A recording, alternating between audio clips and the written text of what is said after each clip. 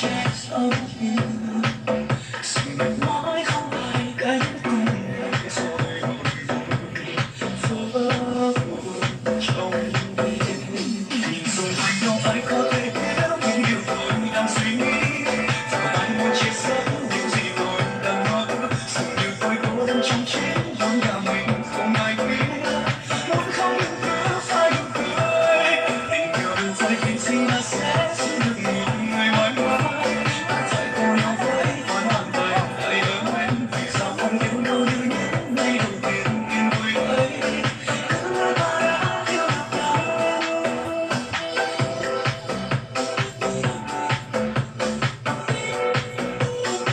Baka may bilhin pa ako button.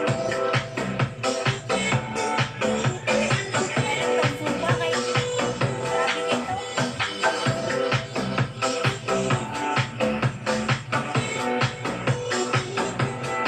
Sayo, beri ko na. Sayo, beri yan. Uy, parang may kagsiluning ni.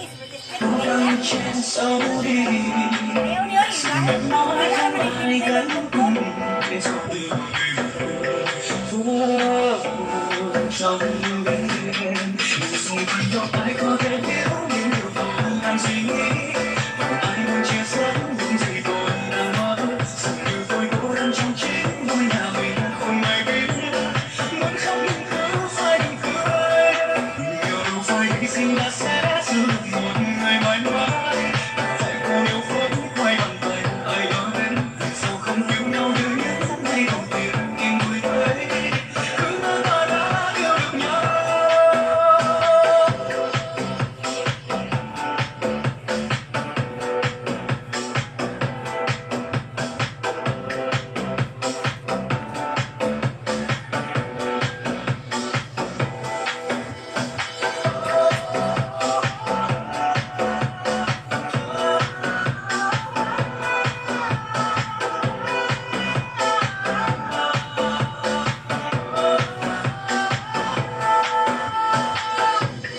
Bao nỗi đau đã trong tim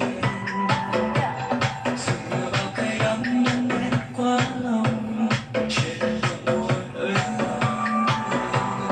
một ngày tôi phải cố gắng che giấu đi sự mệt mỏi không ai gánh cùng rồi phố trong đêm nhìn xung quanh đâu ai có thể hiểu những điều tôi đang suy nghĩ và ai muốn chia sẻ những gì tôi đang mơ dường như tôi cô đơn trong chính lòng nhà mình không ai biết muốn khóc nhưng cứ phải cười tình yêu đừng phải vì gì mà sẽ giữ được một người mãi mãi ta phải cùng nhau với con bàn tay ai ơn em vì sao không yêu nhau như những ngày đầu tiên yên vui ấy cứ ngỡ ta đã yêu được nhau.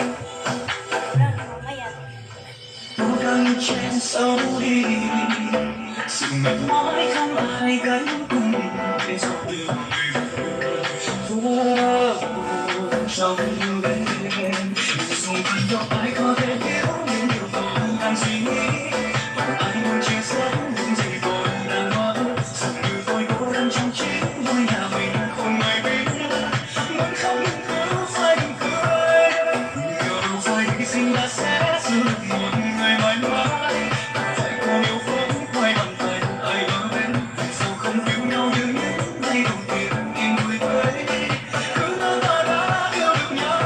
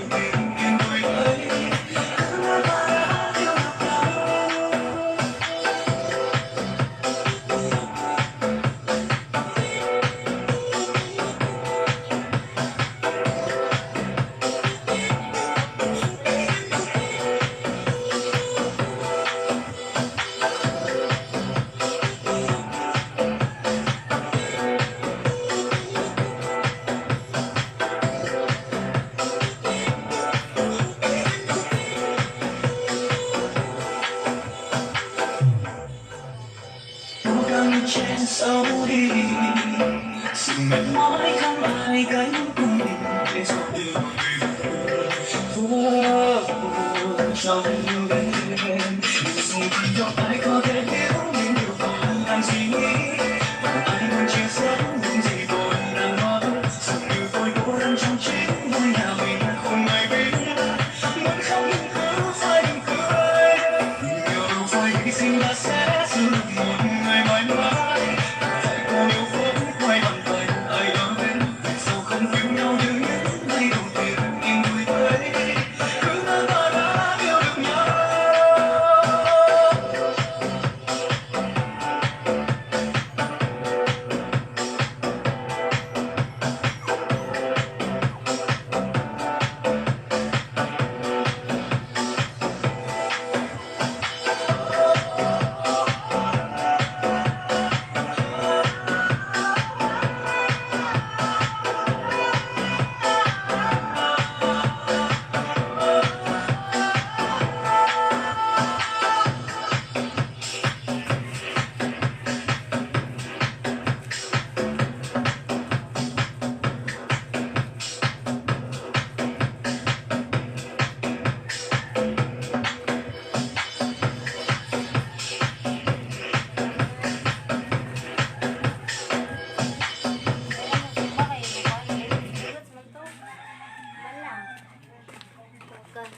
Sayo do siya.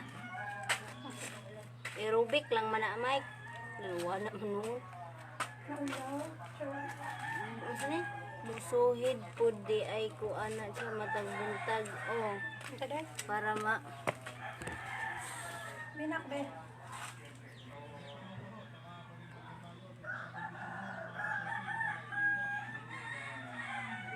ay nanday ako.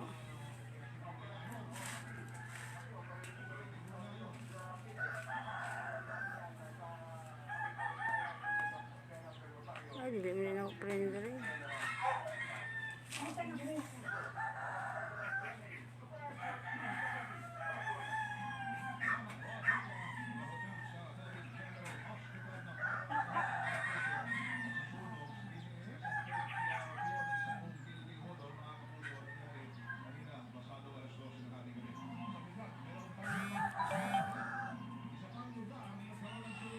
Dali na ano sa akong dito eh.